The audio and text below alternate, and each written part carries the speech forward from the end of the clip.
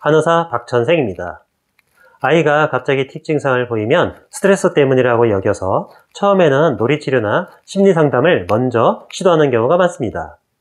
하지만 틱이 잘 낫지 않고 오래 지속되거나 심해지면 정신과 병원이나 한의원 치료를 고민하게 되는데요. 증상과 원인에 따른 틱장애 치료법을 자세히 안내해 드리겠습니다. 어린이 틱장애가 공포, 불안, 분노, 환경의 변화 등과 같은 심리적, 환경적 요인으로 인해 발생하였다면 이 경우에는 대부분 시간이 지나면서 틱이 저절로 좋아지거나 스트레스를 주는 주변 환경이 사라지면 틱 증상도 저절로 사라집니다. 이에 비해 선천적 또는 뇌가 성장하는 과정 중에 뇌의 미세한 조절 기능에 문제가 있는 신기학적 요인과 관련된 경우에는 틱이 청소년기까지 심해지는 경과를 보이게 됩니다. 특히 신기학적 문제가 심한 만성 틱장애나 뚜렛장애는 10에서 12세 무렵에 갑자기 틱 증상이 빠르게 악화되는 방향으로 진행되기도 합니다. 또한 ADHD나 강박증, 우울증, 학습장애 등을 동반하는 경우에는 1차적으로 틱이 심해져 힘들 뿐만 아니라 2차적으로는 대인관계의 문제, 자존감 저하, 학업 실패 등으로 인해 학교와 사회생활에 심각한 장애가 나타날 수도 있습니다. 그리고 틱으로 인하여 아이가 갑자기 안 보이던 이상한 행동을 하면 부모는 당황하게 됩니다. 특히 이런 행동이 평소 잘 알지 못했던 질환으로 인해 발생한 것이라면 무척 당황스럽고 불안감은 더 심해지기 마련입니다. 즉, 틱장애에 대해 정확히 알지 못하면 불안한 마음을 떨쳐버릴 수가 없습니다. 최근에는 여러 매체를 통해 틱장애가 많이 알려졌지만 아직도 정확한 정보가 부족한 편입니다. 그래서 부모는 틱 증상을 단순히 심리적인 문제로만 보는 경향이 많지만 틱을 효과적으로 치료하기 위해서는 발병 원인과 특징 증상, 치료 방법, 치료 과정, 경과 및 예후 등에 대해 정확히 인식하고 치료를 시작해야 합니다. 또한 틱장애가 있는 어린이에 대한 적절한 치료와 양육, 교육 등은 틱 증상의 악화를 예방하고 조기에 틱을 근본적으로 치료할 수 있도록 도와줍니다. 틱이 처음 나타날 때는 가벼운 증상으로 시작됩니다. 초기에는 일과성 틱장애로 진단되지만 절반 정도는 1년 이상 지속되는 만성 틱장애나 뚜렛장애로 진행하게 됩니다. 어떤 경우에는 치료를 하지 않고 방치하다가 심각한 틱장애로 악화되기도 합니다. 특히 유전적 성향이 있는 경우, 초기부터 틱이 빠르게 진행되는 경우, 음성틱으로 시작되는 경우, 틱이 발생하기 전부터 과잉 행동이나 충동성을 보이는 경우, 우울증이나 불안 증상을 보이는 경우, 가족 간의 불화가 지속되는 경우에는 틱이 점차 심해질 가능성이 높기 때문에 초기부터 적극적으로 치료해야 틱이 악화되는 것을 예방할 수 있습니다. 틱장애를 발생시키는 원인과 이를 악화시키는 요인은 다양합니다. 또한 여러 다른 장애를 동반하는 경우가 많기 때문에 한 가지 치료법만으로는 틱장애를 포함하여 아이가 보이는 여러 문제를 모두 해결할 수 없습니다. 아울러 단순히 틱 증상의 개선만을 목적으로 치료해서도 안 됩니다. 틱의 개선뿐만 아니라 동반하고 있는 여러 장애까지 함께 치료해야만 아이는 정상적인 성장과 발달을 할 수 있습니다.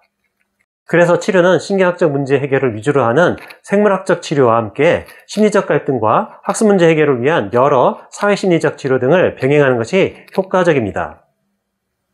틱장애의 원인으로는 유전, 생화학, 뇌해부학 또는 기능적 요인 등이 관련되어 있습니다. 생화학적으로는 도파민, 세로토닌, 오피오이드, 노르에피네프린, 가바 등과 같은 여러 종류의 신경전달 물질이 관여하는 것으로 여겨집니다. 이 중 특히 도파민이 틱장애의 발생과 심각성에 가장 큰 영향을 미칩니다.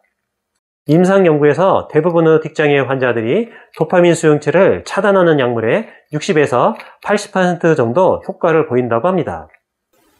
양방 정신과 병원에서 틱장애 치료에 가장 많이 사용하는 항도파민 약물로는 할로페리돌, 피모자이드, 리스페리돈 등이 있습니다. 노르에피네프린에 주로 작용하는 약물로는 클로니딘, 구아파신 등이 있는데요.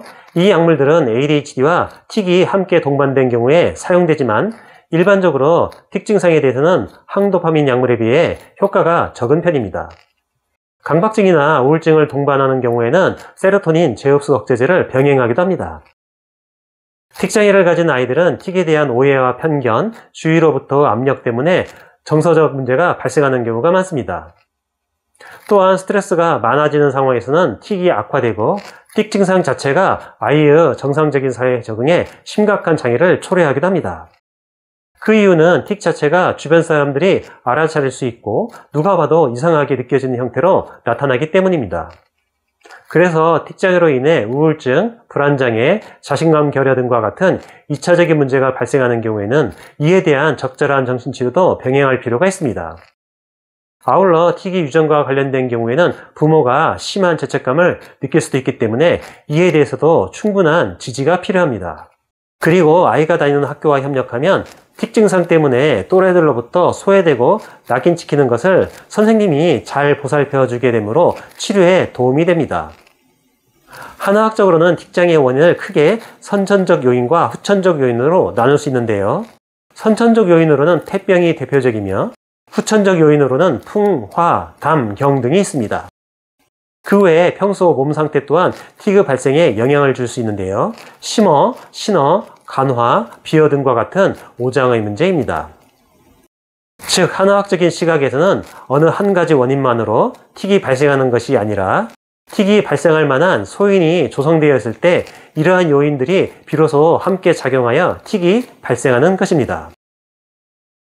그래서 한의원에서 틱을 치료할 때는 뇌를 직접적으로 자극하기보다는 인체의 불균형을 조절하여 정상 상태로 회복시킴으로써 뇌의 조절 기능이 정상으로 회복되도록 하기 때문에 틱장애 치료 과정에서 부작용이 거의 없을 뿐만 아니라 근본적인 치료도 가능합니다. 또한 틱장애 치료에는 오랜 기간이 필요한 경우가 많은데요. 한약은 장기간 복용해도 부작용과 중독 현상이 거의 없어서 안전하기 때문에 6세 미만의 어린아이들까지도 치료가 가능합니다. 게다가 치료를 중단했을 때 틱 증상이 다시 심해지는 반동 현상도 훨씬 적어서 틱의 재발 방지에도 효과적입니다. 이처럼 틱을 치료할 때 한방 치료와 양방 치료는 각각의 장단점을 가지고 있습니다. 이는 병을 바라보는 관점이 서로 다르기 때문에 나타나는 현상입니다. 어떤 틱 치료가 한 아이에게는 효과적일 수 있지만 다른 아이에게는 별로 효과가 없거나 부작용이 있을 수도 있습니다. 그러므로 무조건 특정한 틱장애 치료 방법이 가장 좋다거나 나쁘다고 말할 것이 아니라 아이에게 가장 효과적이고 부작용이 적은 틱 치료법을 찾는 것이 중요합니다. 감사합니다.